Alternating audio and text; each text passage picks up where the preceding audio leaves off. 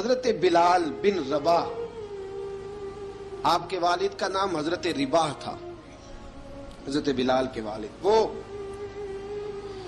حضرت بلال ابھی بچپن میں چھوٹے سے تھے کہ والد انتقال کر گئے، یتیمی میں پرورش پائی جناب بلال نے، یتیمی میں، اور پھر دو بہنیں، ایک والدہ، ایک بھائی۔ حضرت بلال حبشی کا یہ خاندان مکے میں بکتا بکاتا کسی طرح عبداللہ بن جدعان کے پاس پہنچ گیا۔ بڑا پکا کافر تھا، بڑا پکا۔ ذرا اسلام کی روشنی چمکی نہ تھوڑی سی، تو حضرت ابوبکر صدیق رضی اللہ تعالیٰ عنہ اس رستے سے گزرتے تھے۔ اس رستے میں حضرت بلال کام کاج کیا کرتے تھے، بڑے محنت، بڑے جفاکش، بڑے ہمت والے۔ حضرت صدیق اکبر نے ایک دن روک کے کہا، بلال کب تک تو اتنے خداؤں کو پوجتا رہے گا؟ کب تک تو اتنے خداؤں کو پوجے گا، جگہ جگہ ماتھا ٹیکے گا؟ یہ تجھے کبھی غلامی سے آزاد نہیں کریں گے۔ میں تجھے ایک دروازہ بتلاتا ہوں، اگر تو اس دروازے پہ آئے گا تو وہ تجھے مکے کی گلی سے اٹھا کے کعبے کی چھت پہ کھڑا کر دیں گے۔ گلی ہے میرے پاس، دامن مصطفیٰ سے جو بھی لپٹا وہ یگانہ ہو گیا، جس کے حضور ہو گئے اس کا زمانہ ہو گیا۔ حضرت بلال حبشی رضی اللہ تعالیٰ عنہ کو بات بتلائی۔ سلیم الفطرت آدمی تھے، سنجیدہ آدمی تھے، اچھا مزاج رکھتے تھے، فہم و فراست رکھتے تھے۔ جناب بلال نے کلمہ پڑھ لیا۔ کلمہ پڑھ کے نا تو سب لوگوں نے کہا، بہت سارے لوگوں نے اپنا اسلام چھپا کے رکھا ہوا تھا۔ دو واقعات ایسے ہوئے کہ حضرت بلال کا اسلام ظاہر ہو گیا۔ کسی کام سے بت خانے بھیجا عبداللہ ابن جدعان نے، بت خانے گئے تو لگے ہوئے تھے بت، کتار اندر کتار، بتوں کی کتاریں بنی ہوئی تھی۔ حضرت بلال نے مٹی اٹھائی اور بتوں کے منہ پہ مار کے کہنے لگے، جو اپنا چہرہ صاف نہیں کر سکتے وہ کسی کو نفع نقصان کیا پہنچائیں گے؟ جو لوگ دیکھ رہے تھے انہوں نے آ کے عبداللہ ابن جدعان کو بتایا، کہا تیرا غلام ہے اور تو بہت بڑا سردار بنتا ہے، تیری عزت خاک میں مل جائے گی کسی کو پتا چل گیا کہ عبداللہ کا غلام مسلمان ہو گیا۔ عبداللہ بن جدعان نے راتوں رات امیہ بن خلف سے بات کی اور امیہ سے کہا، یار یہ غلام لے لو، مفتی لے لو۔ بتایا نہیں امیہ کو، بتایا نہیں کہ مسلمان ہو گیا۔ امیہ نے لے لیا۔ امیہ بڑا سخت آدمی تھا، بڑی طبیعت میں سختی پائی جاتی تھی۔ اللہ اکبر۔ لیکن یہ محبت اور عشق یہ چھپائے چھپتے نہیں، اور مسلمان اپنے اسلام کا اظہار کیے بغیر رہ سکتا۔ ایک واقعہ اور رونما ہو گیا، حضرت بلال پھر ظاہر ہو گئے۔ ہوا کیا؟ حضرت عمار بن یاسر رضی اللہ تعالیٰ عنہ، مکے کے سارے کافر کٹھے ہو کے ایک غریب آدمی کو مار رہے ہیں۔ غریب آدمی کو، جب اندر انسان کے چور ہوتا ہے تو بڑا سے بڑا آدمی بھی بزدل ہو جاتا ہے۔ جب اندر چور بیٹھ جائے نا تو بڑے سے بڑا آدمی بزدل ہو جاتا ہے، اور جب اندر صفائی ہو تو غریب سے غریب آدمی بھی بہادر ہو جاتا ہے۔ حق پہ ہونا چاہیے، سچا ہونا چاہیے، پھر بہادر ہو۔ حضرت عمار بن یاسر رضی اللہ، ایک غریب آدمی، مکے کے سارے سردار مکے کے چوک میں کٹھے اور ایک دیوار کے ساتھ کھڑا کیا ہوا ہے حضرت عمار بن یاسر کو، اور کوڑے مار رہے ہیں، زور زور سے کوڑے حضرت عمار بن یاسر رضی اللہ تعالیٰ عنہ کے بدن پہ لگتے ہیں، وجود لہو لہان ہے۔ حضرت عمار بن یاسر کو پتا تھا کہ بلال بھی مسلمان ہو گئے، لیکن ان کا خیال تھا کہ یہ کسی کو بتلائے نہ تو ہی بہتر ہے۔ امیہ بن خلف آیا، سخت دھوپ تھی، جب کوڑے مار مار کے تھک گیا نا، ابو جال نے بھی مارا، ابو لہب نے بھی مارا، ابو سفیان نے بھی مارا، ابو البختری نے بھی مارا، اخنس بن شلیک نے بھی مارا۔ امیہ بن خلف کی باری آئی تو تھک گیا نا مار مار کے، اسے پتا تھا کہ بلال بڑا سخت آدمی ہے، جو کام بھی کہو بلال کر دیتا ہے۔ امیہ نے کہا بلال سے، کہا بلال ادھر آ۔ حضرت بلال گئے، کہا یہ کوڑا پکڑ اور اس کو مار۔ جناب بلال نے کوڑے کی طرف دیکھا، پھر حضرت عمار کی طرف دیکھا۔ جناب عمار نہ دیوار سے ذرا آگے ہوئے تھوڑے سے، کانپتی ٹانگوں کے ساتھ تھوڑے آگے ہوئے اور حضرت بلال کے کان میں کہنے لگے یار 2-4 کوڑے مار لے. میرا کیا ہے, مجھے تو مار پاڑی رہی ہے نا, چل تو نہ اظہار نہ کر بیٹھنا, 2-4 کوڑے مار لے. حضرت سیدنا بلال حبشی نے نظر اٹھائی. جب پتا ہونا کہ سامنے آگ ہے اس میں کودنا بڑا مشکل کام ہے. جب پتا ہونا سامنے دریا ہے اس میں چھلانگ لگانا بڑا مشکل ہے. موت نظر آ رہی ہو تو اس طرف قدم اٹھتے نہیں.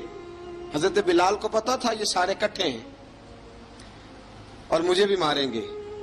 کوڑا دیا ہے اور اسلام اجازت دیتا ہے رخصت کی. آپ کی کن پٹی پہ کسی شخص نے پسٹل رکھ دیا اور اس نے کہا کہو کہ میں کافر ہوں تو اجازت ہے, کہہ دو, جان بچاؤ. اسلام اجازت دیتا ہے. لیکن سیدنا بلال, حضرت بلال رضی اللہ تعالیٰ عنہ, حضرت بلال حبشی رضی اللہ تعالیٰ عنہ نے حضرت عمار بن یاسر نے کہا یار تو 2-4 کوڑے مار لے لیکن اپنا آپ بچا. حضرت بلال کہنے لگے ٹھیک ہے. حضرت بلال کہتے ہیں ٹھیک ہے, میں 2-4 کوڑے مار لیتا ہوں لیکن اپنا آپ بچا لیتا ہوں. اب جلدی سے امیہ بن خلف چلایا, کہنے لگا تجھے کہا کوڑا مار, پکڑ کوڑا. حضرت بلال نے کوڑا ہاتھ میں لیا, ایک دفعہ امیہ کی طرف دیکھا, پھر ابو جہل کی طرف دیکھا, پھر ابو لہب کی طرف دیکھا, سارے کافروں پہ نظر دوڑائی اور پھر عمار بن یاسر کی طرف دیکھا. کہا عمار تو مار کھا سکتا ہے تو میں نہیں کھا سکتا. عمار تیرے وجود پہ زخم لگ سکتے ہیں تو میرے پہ نہیں لگ سکتے. عمار جس خدا کا تو کلمہ پڑھتا ہے اسی کا میں پڑھتا ہوں, اور جس زلفوں کا تو قیدی ہے میں بھی اسی محمد عربی کی زلفوں کا قیدی ہوں. اب دیکھ ذرا مل کے مار کھانے میں کیا مزہ ہے, ذرا دیکھتے ہیں, ذرا کٹھے ہو کے ظلم سہنے میں کیا لطف آتا ہے. حضرت سیدنا بلال حبشی نے زور زور سے کوڑا گھمایا, اعلان بغاوت ہونے لگا ہے. بلال آنے لگے ہیں میدان عمل میں. جناب بلال نے زور زور سے کوڑا گھمایا اور گھما کے دور پھینکا اور امیہ کی طرف دیکھ کے کہنے لگے یہ عمار اکیلا نہیں, اسے تنہا نہ سمجھنا, یہ اکیلا مار نہیں کھائے گا. اشہد ان لا الہ الا اللہ واشہد ان محمدن عبدہ ورسولہ. فرمایا تیاری کر کے نکلو, اب عمار اکیلا مار نہیں کھایا کرے گا, جب عمار مار کھائے گا تو اس کے ساتھ حصہ داری کرنے بلال بھی آیا کرے گا. حضرت بلال میدان عمل میں. اب کافروں پہ سناٹا چھا گیا. بلال تیری جرت, تیری یہ ہمت, تو انکار کرے, تیرا یہ چارہ, تیرے منہ سے یہ لفظ نکلے ان الذین قالوا ربنا اللہ ثم استقاموا تتنزل علیہم الملائکہ الا تخافوا ولا تحزنوا وابشروا بالجنۃ التی کنتم توعدون. رب فرماتا ہے تم کہو میں نے اللہ کو مان لیا, رب کو مان کر پھر ڈٹ جانا. تمہاری دنیا مدد کرے نہ کرے اللہ تمہاری مدد کے لیے فرشتوں کا نزول فرما دے گا. لوگ مدد کرے نہ کرے اللہ کے فرشتے تمہاری مدد کریں گے. جناب سیدنا بلال نے اعلان کر دیا میں نہیں ماروں گا. ادھر ستمگر ہنر آزمائیں, تو تیر آزما ہم جگر آزمائیں. فرمایا کر لو تیاری, آ جاؤ. اب وہ سارے نا, کیونکہ سب سے سخت مشہور تھا نا امیہ, اب سارے دیکھنے لگے امیہ کی طرف. امیہ کو اب اسے سمجھ نہیں آ رہی میں کیا کروں. بلال نے تو کبھی نہ کی نہیں, تو جو کہتے تھے کر گزرتا تھا. یہ عجیب معاملہ ہے. کہنے لگا بلال تجھے پتا ہے تو کیا کر رہا ہے, تو نے جذبات میں آ کے اعلان تو کر دیا, تجھے اس کا پتا ہے. جناب بلال حبشی رضی اللہ تعالیٰ عنہ فرمانے لگے مجھے پتا ہے تو مجھے مارے گا, مجھے پتا ہے مجھے سزائیں دے گا, مجھے سارا پتا ہے, لیکن عقل کو تنقید سے فرصت نہیں, عشق پر ایمان کی بنیاد رکھ. فرمایا میں نے عقل کے گھوڑے دوڑانے چھوڑ دیے ہیں, بس کلمہ جو پڑھ لیا, جب اعلان جو کر لیا ہے, جب محبت جو کی, تو اب اس میں کسی قسم کی مصلحت کی اجازت نہیں. اقبال کہتا ہے کہ پختہ ہوتی ہے اگر مصلحت اندیش ہو عقل, عشق ہو مصلحت اندیش تو ہے خام ابھی, اور بے خطر کود پڑا آتش نمرود میں عشق, عقل تھی محو تماشائے لبے بام ابھی. فرمایا عقل پختہ ہوتی ہے اگر سوچا جائے, عشق کے معاملے میں سوچا جائے تو عشق کمزور ہوتا ہے, وہاں سوچنے سمجھنے کی اجازت ہوتی نہیں. سوچنا سمجھنا تھا کلمہ پڑھنے سے پہلے, اب تو پڑھ لیا, اب سوچنے کا نہیں, اب عمل کرنے کا وقت ہے. اب جناب بلال پر سختی شروع ہوئی. مارنا شروع ہوئے. کس کس انداز میں مارا؟ لوہے کی سلاخیں پہنا کر عرب کی تپتی ہوئی ریت پہ لٹا دیا. جب لوہا گرم ہوتا، سلاخیں گرم ہوتی، وہ وجود کو لگتی. پہلے خاموش رہتے، پہلے علامہ ندوی نے لکھا پہلے چپ رہتے، پہلے احد احد نہیں کہتے تھے، پہلے احد احد نہیں کہتے. جب تکلیف بڑھ جاتی نا تو پھر زبان سے نکلتا احد احد احد. وہ وحدہ لا شریک ہے، وہ وحدہ لا شریک ہے. جب تکلیف بڑھتی پھر امیہ کیا کرتا؟ پھر امیہ حضرت بلال رضی اللہ تعالیٰ عنہ کے گلے میں رسی ڈالتا اور مکے کے اوباش لڑکوں کے ہاتھ میں دیتا. مکے کی گلیوں میں کبھی کسی پاگل کو آپ گزرتے دیکھو نا، لڑکے اسے چھیڑ رہے ہوں، آپ کو پتا ہے وہ پاگل ہے، اس نے زیادتی بھی کی ہے. لڑکے چھیڑتے ہوں تو بزرگ اور سیانے لوگ منع کرتے ہیں، کہتے ہیں بدتمیزوں نہ کرو، وہ تو بیچارہ دیوانہ ہے، وہ تو پاگل ہے. مکے کی گلیوں میں حضرت بلال جب گلے میں رسی ڈال کے، ذرا دوستوں خیال تو کرو، بٹن کھلا ہو تو ہم بازار میں جانا پسند نہیں کرتے، کپڑے تھوڑے میلے ہوں تو گلی میں نکلتے نہیں. بلال تو مہذب آدمی ہے، سنجیدہ آدمی ہے، یہ کیا ہو رہا؟ حضرت بلال کے گلے میں رسی ڈال کے نا جب مکے کی گلیوں میں وہ نوجوان دوڑایا کرتے تھے، حضرت بلال رضی اللہ تعالیٰ عنہ کے قریب سے گزرتے تو گزرنے والے بھی عجیب بات کرتے. کوئی کہتا ذرا اور کلمہ پڑھ، کوئی کہتا بلا اب اپنے خدا کو تجھے بچائے، کوئی کہتا بلال تجھے کیا ضرورت پڑی تھی یہ سارا کچھ کرنے کی. ایک آدمی آیا کہنے لگا بلال اگر تیرا رب سچا ہے، تیرے رسول سچے ہیں، پھر تجھے بچاتے کیوں نہیں؟ پھر تجھے بچاتے کیوں نہیں؟ جب تو اتنا مخلص مومن ہے اور اتنا تیرے اندر خلوص پایا جاتا ہے تو وہ آتے کیوں نہیں تیرے دفاع کے لیے؟ وہ تیرے لیے ڈھال کیوں نہیں بنتے؟ حضرت بلال حبشی کا جواب بڑا زبردست تھا. جناب بلال کہنے لگے میں مخلص تو ہوں، میرا رب قادر بھی ہے، لیکن فرمایا جب تم جاتے ہو نا بازار میں برتن خریدنے، مٹی کا برتن لینا ہو تو ذرا ٹھوک بجا کے چیک کرتے ہو کچا ہے کہ پکا ہے. فرمایا رب رسول بھی ذرا ٹھوک بجا رہے ہیں کچا ہے کہ پکا ہے. فرمایا میں دعا کرو میں امتحان میں پورا اتروں، دعا کرو میں امتحان میں پورا اتروں. وہ ذرا مجھے ٹھوک بجا کے چیک کر رہے ہیں، ٹھوک بجا کے. حضرت بلال حبشی مارا ستایا تینوں لب دیاں آپ گواچے، سانو اپنی خبر نہ کوئی، ساتھوں پارے ککھ گلیاں دے، سانو آخ دے لوگ شدائی، ننگ نموس دا ساڑ کے چولا، گل پہنے تاج گدائی، آزم اپنا آپ گوایا تاں یار نے چاتی پائی. حضرت بلال حبشی اتنی مار اتنی تکلیفیں. اچھا حضرت صدیق اکبر گزرے. اچھا ایک بات اور لکھی ہے سیرت نگاروں نے، وہ کہتے ہیں کہ ایک تو تھا نا جب تکلیف ہوتی تھی تو احد احد کہتے تھے، ایک جب کوئی کافر نظر آتا تھا نا، اس طرح بندہ چڑھاتا نہیں کسی کو، جب کوئی بے ایمان کافر نظر آتا حضرت بلال کو تو آپ فرماتے احد احد احد، اللہ ایک ہے، اللہ ایک ہے، اللہ ایک ہے، اللہ ایک ہے. جب کوئی نظر آتا وہ مارتا. پھر آہستہ آہستہ وظیفہ پاک گیا، پھر سارا دن احد احد چلتا رہتا، سارا دن احد احد چلتا رہتا. حضرت صدیق اکبر گزرے قریب سے، بڑی تکلیف ہوئی. جناب ابو بکر صدیق رضی اللہ تعالیٰ عنہ نے کہا بلال اونچی ذکر نہ کیا کر، آہستہ کر لیا کر، اونچی آواز میں مارتے جو ہیں تجھے تو اس طرح کر، ذرا ذکر دو ہے نا، ایک ذکر جلی ہے ایک ذکر خفی ہے، تو دل میں ذکر کر لیا کر، اونچا نہ کیا کر، مار سے تو بچ جا. بلال نے کہا ٹھیک ہے، آپ نے جو نسخہ دیا اس پہ عمل کروں گا.